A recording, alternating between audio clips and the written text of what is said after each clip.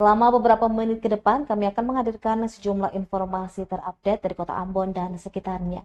Bersama saya Tanita Patiesina dan inilah Tribun Ambon hari ini. Kita mulai dengan berita pertama. Rawan kecelakaan, warga minta bangun pembatas jalan di area tanjakan Karangpanjang, Ambon. Warga meminta pemerintah untuk membangun pembatas jalan di area tanjakan Jalan Pitu Ina, Kelurahan Karangpanjang, Kecamatan Serimau, Kota Ambon.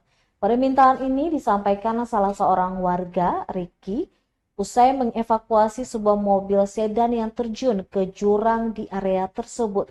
Disebutkan pula kurang lebih sekitar 3 mobil terjun ke jurang akibat tidak adanya pembatas jalan. Diberitakan sebelumnya, sebuah mobil sedan berwarna hitam dengan plat nomor DE1476AV terjun ke jurang di tanjakan Jalan Pitu Ina, Kelurahan Karangpanjang, Kecamatan Sirimau, Kota Ambon pada Kamis 10 Oktober. Kejadian ini berlangsung sekitar pukul 6:30 waktu Indonesia Timur dan beruntung tidak ada korban jiwa dalam insiden tersebut.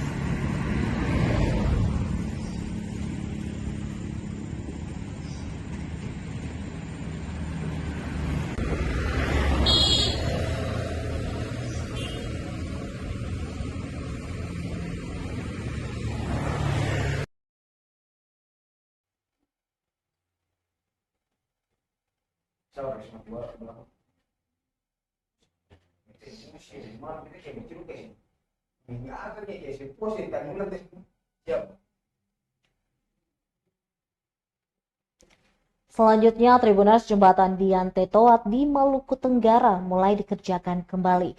Anggaran sebesar 2,9 miliar rupiah. Pembangunan lanjutan Jembatan Dian Tetoat di Kecamatan Hot Sorbai, Kabupaten Maluku Tenggara mulai dikerjakan. Pembangunan jembatan ini menelan anggaran yang bersumber dari APBD Maluku sebesar 2,9 miliar rupiah dengan limit waktu pengerjaan selama 120 hari.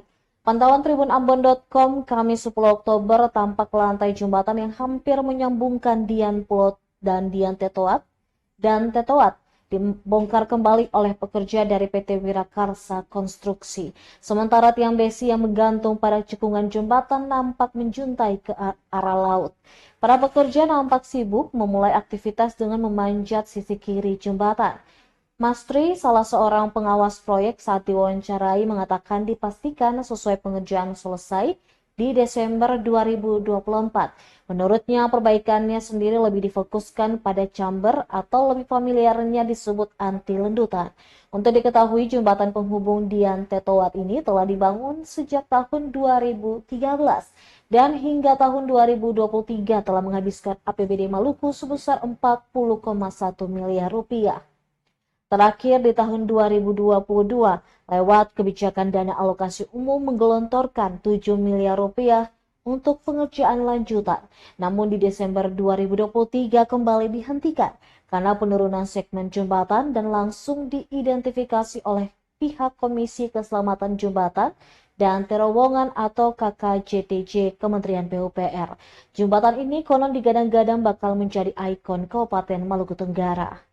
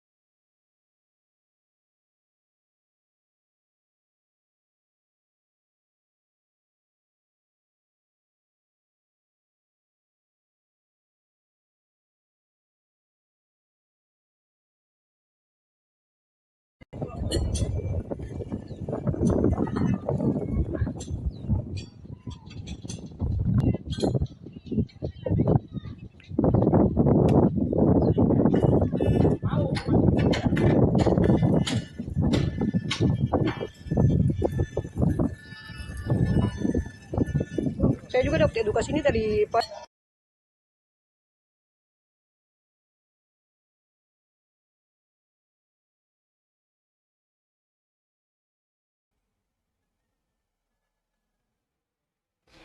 Jembatan Rumah Dian di Maluku Tenggara tutup, warga naik longboat. Akses transportasi darat yang menghubungkan 3 kecamatan di Kabupaten Maluku Tenggara lumpuh total. Pasca ambrolnya jembatan Rumah Dian di Kecamatan Manyewu, jembatan sepanjang 60 meter tersebut patah kurang lebih 30 meter akibat overload muatan kendaraan yang melintas. Akibatnya warga ketiga kecamatan tersebut terpaksa harus mengitari jalur alternatif bandara yang jaraknya mencapai 17 km.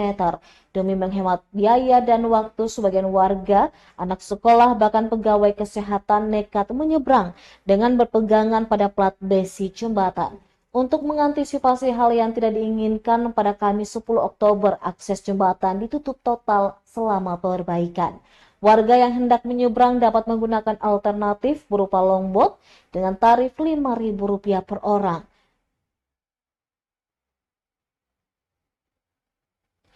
Dijelaskan untuk sampai ke tempat tugas di sebelah mau tidak mau harus merogoh tambah biaya transportasi laut. Sementara itu salah seorang pemilik longboat, Lazarus Eleujaan, mengatakan semenjak 3 hari lalu mangkal di sini. Menurutnya untuk sehari bisa mengantongi Rp60.000 hingga Rp70.000, sehingga total 3 hari mencapai Rp210.000.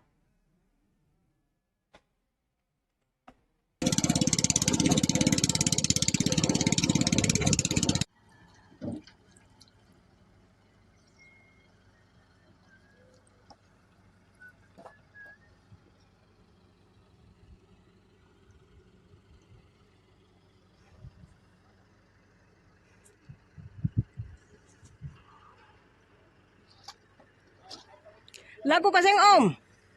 Cara masuk mencari di sini. Ya, Penumpang lumayan kaseng. kurang-kurang juga. Yang terlalu banyak juga. Kalau satu hari dapat berapa?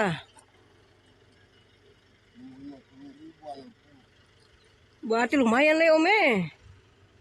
Kalau biasanya Om mencari di mana Om? Ini cuma sementara sih, Sementara. sementara jembatan. Om nama siapa? Lasarus.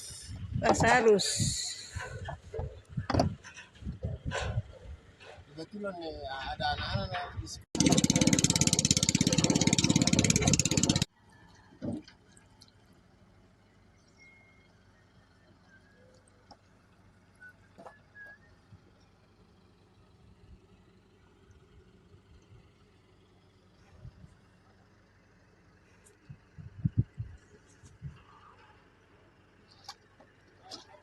Laku kaseng Om.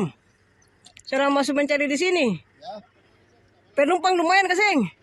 ya kurang-kurang juga. Yang terlalu banyak juga. Kalau satu hari dapat berapa? Cat atau CAT?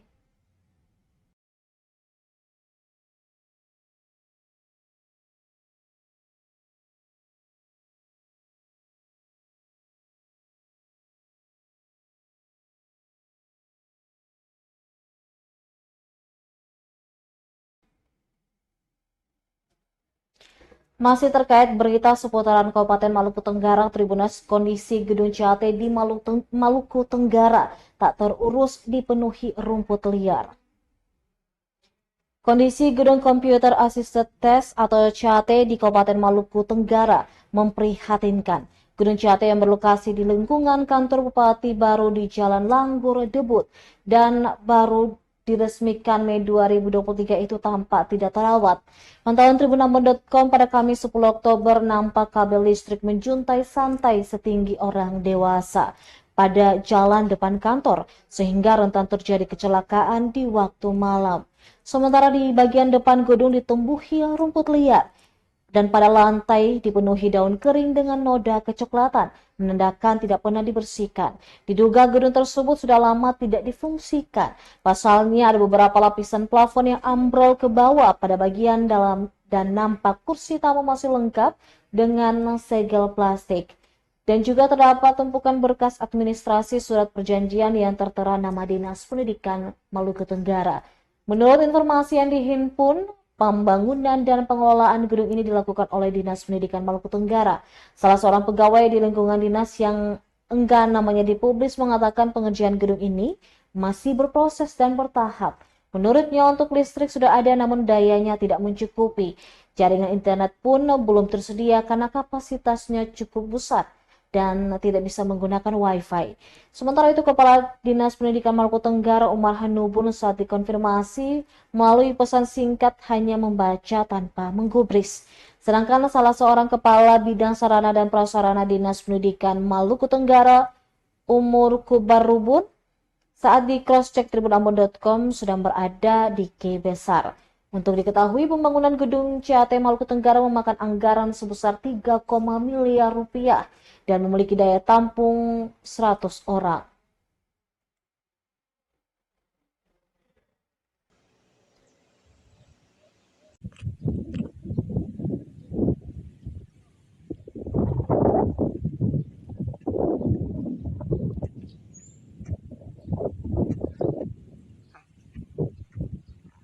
Ambil dari sini baru bagus.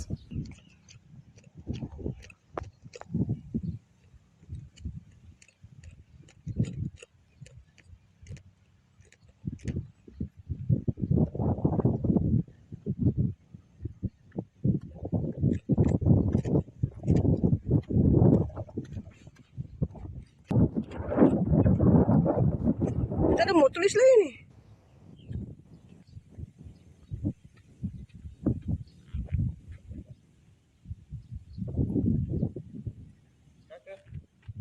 Berarti beta, foto beta lah. Kabel.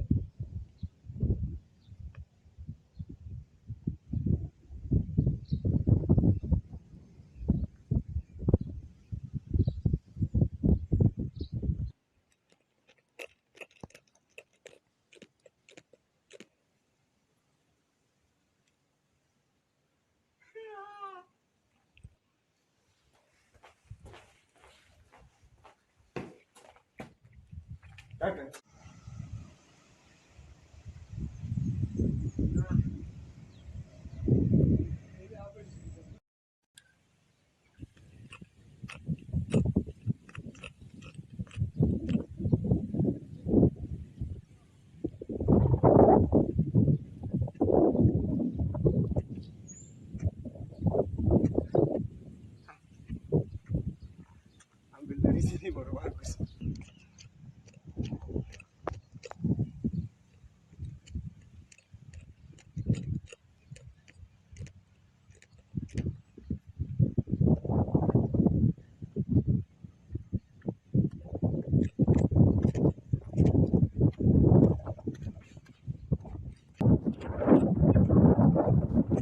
ada mau tulis lagi nih.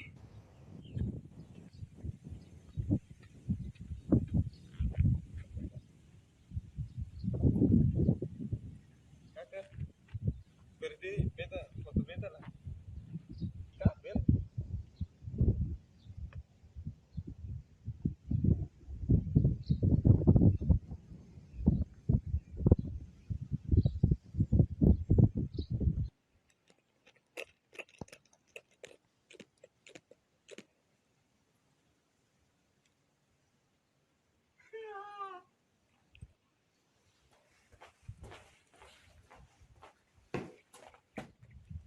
Kakak.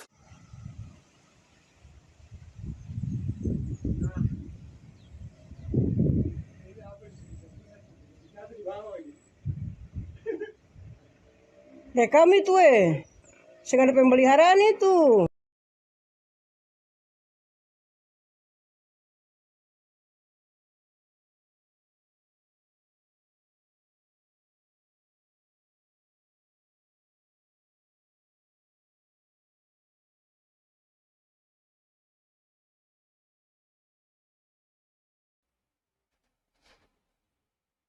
Terbedas Murat Michael gelar tahlilan masuk posko pemenangan.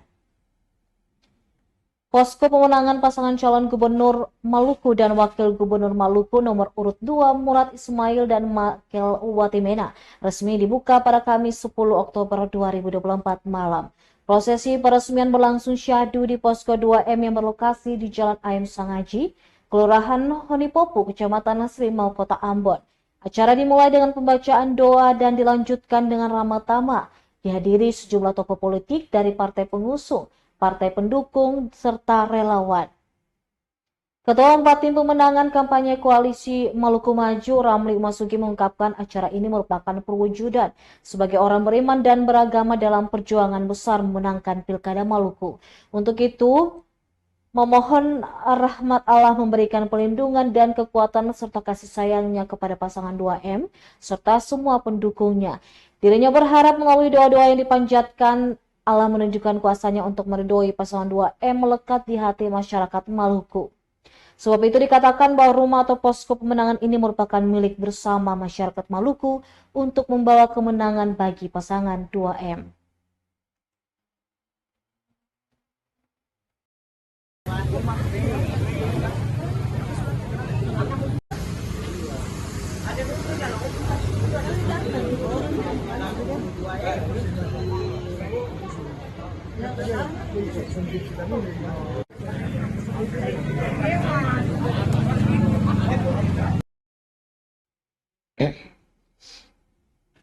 Kampanye perdana pasangan Murat Michael bakal digelar di Kota Tual dan Maluku Tenggara.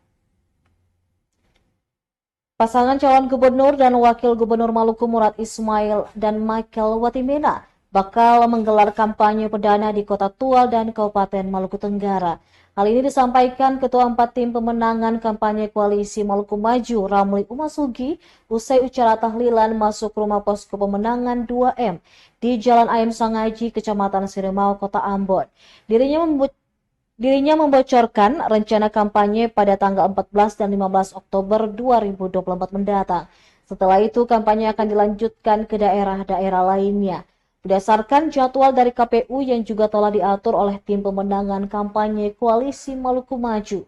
Dikatakan dalam melaksanakan kampanye, tim PKK telah menyiapkan metode dengan berasaskan pada aturan-aturan yang sudah diatur oleh undang-undang, sehingga tidak melanggar peraturan yang diatur oleh KPU.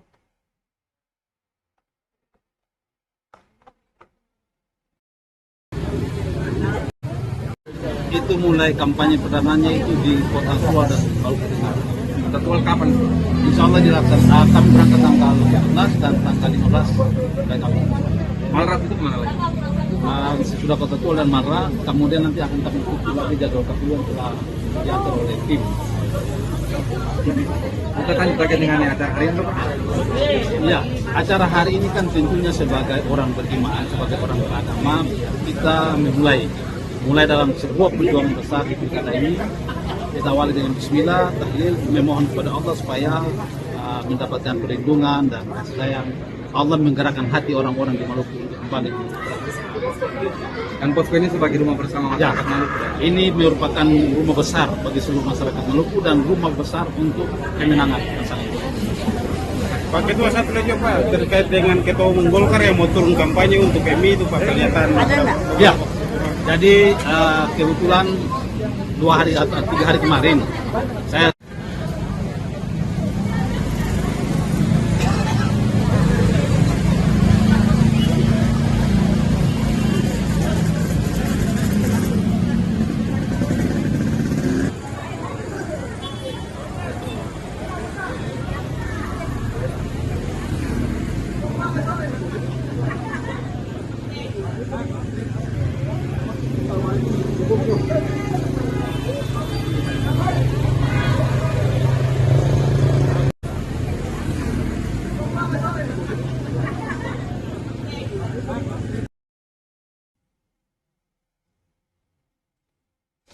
Baik Tribuners, demikianlah Tribun Ambon hari ini edisi 11 Oktober 2024. Saya Tanita Patesina beserta kru yang bertugas undur diri. Sampai jumpa lagi dan amato. Download Tribun X sekarang. Menghadirkan lokal